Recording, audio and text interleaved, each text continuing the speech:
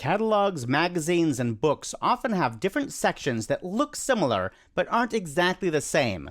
Now that's easy to manage by making multiple master pages, but if you have 10 different master pages and you need to make a global change, a change that needs to show up on all of them, you're probably going to need to make that change 10 times. But not so if you set up your master pages using the Based On feature. Let me show you what I mean. Let's take a look at the Pages panel. We can see that in this document we have one master page, something called A7col. That's short for 7 columns. That master page A has been applied to pages 2 to 9. It isn't applied to page 1, and I can tell that because the little thumbnail doesn't have an A in the corner. Or if you hover over it, you can see that none has been applied. Whereas down here on page 3, A7col has been applied. Let's take a look at that spread, pages 2 and 3. We can see that this spread is a little bit different than the other pages. This is sort of the front matter for our catalog. So we want it to look a little bit different. To do that, we're going to create a new master page. I could go to the Pages panel menu and choose New Master, but that takes too long. Instead, I'm going to use a little shortcut. On the Mac, I'm going to hold down Command-Option, or on Windows, Control-Alt, and I'll click on the little New Page button at the bottom of the Pages panel. That forces InDesign to open the New Master dialog box, and I'll leave the prefix set to B, but I'll change the name to Front Matter. You can call it anything you want, of course, but I'll call it Front Matter. Now here's the most important feature in this dialog box, Based On Master. Right now it's set to None, which means that this will be a blank master page, nothing on it at all. But in this case, I want it to be similar to master page A, so I'll choose that from this pop-up menu. Now when I click OK, it creates the master page and takes me to it, so I'm looking at it. Up here at the top of the Pages panel, it's getting a little bit cramped, so I'm going to place my cursor over this little divider line and drag down. That gives us more room for the master pages at the top. Let's take a look at this master page. It looks exactly like master page A, but if I click on these objects, I can see that I cannot select them. It's as though it were on a locked layer. You cannot click on them at all. But what if I need to make a change? What if I, say, need to delete the header on the left-hand page? I can do that by using the same trick as I use to override master page objects on a document page. I hold down Command-Shift on the Mac or Control-Shift on Windows and click on the object.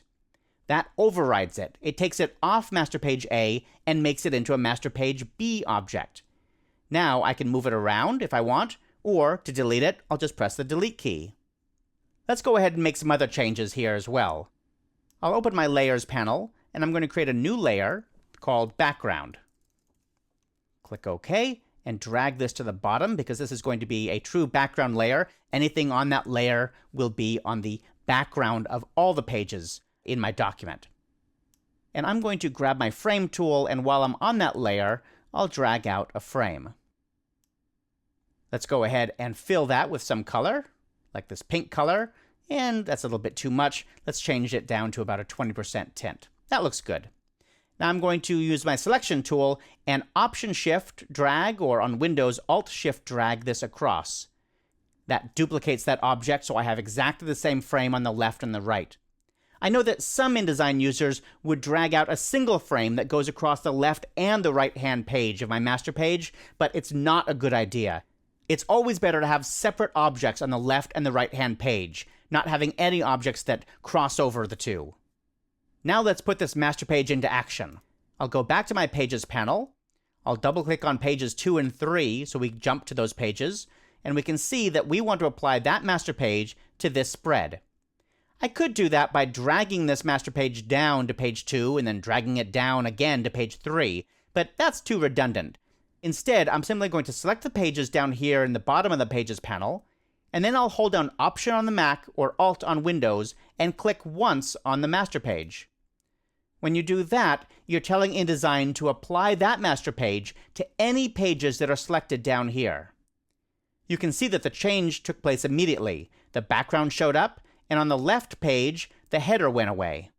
Now, as I said earlier, the whole point of using Based On master pages is that you can make a change in one place and have that change ripple through to all the other pages. So let's see if that works. Let's zoom in to the upper left corner of page 3. I'll hold down Command Spacebar on the Mac or Control Spacebar on Windows, and then drag out this little rectangle. Now we're zoomed in on that area. You can see that the header is in this particular font, and we're going to change that, but we're going to change it on master page A. To do that, I'll double-click on the right page of master page A. Now, I'll select this text frame, choose the Type tool, and change the font. I'm going to choose Rockwell Bold, but you can choose any font that you happen to have on your system. Now that changed it on master page A. Let's see how it looks on master page B. I'll double-click on the right page of master page B. Yep, it rippled through to this page.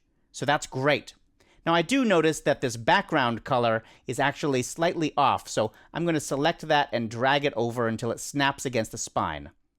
That was just a little mistake that I made that I needed to fix. Finally, let's go back to master page 3 by double-clicking on it, and we can see that, yes, indeed, it's changed here as well. So I made my change on master page A, that rippled through to master page B, and then that showed up on document page 3, which is based on B. Using master pages that are based on others, these parent and child master pages, it does take a little bit of work when I first create my file, but it saves so much work downstream when those inevitable changes need to be made that I come out a winner in the end.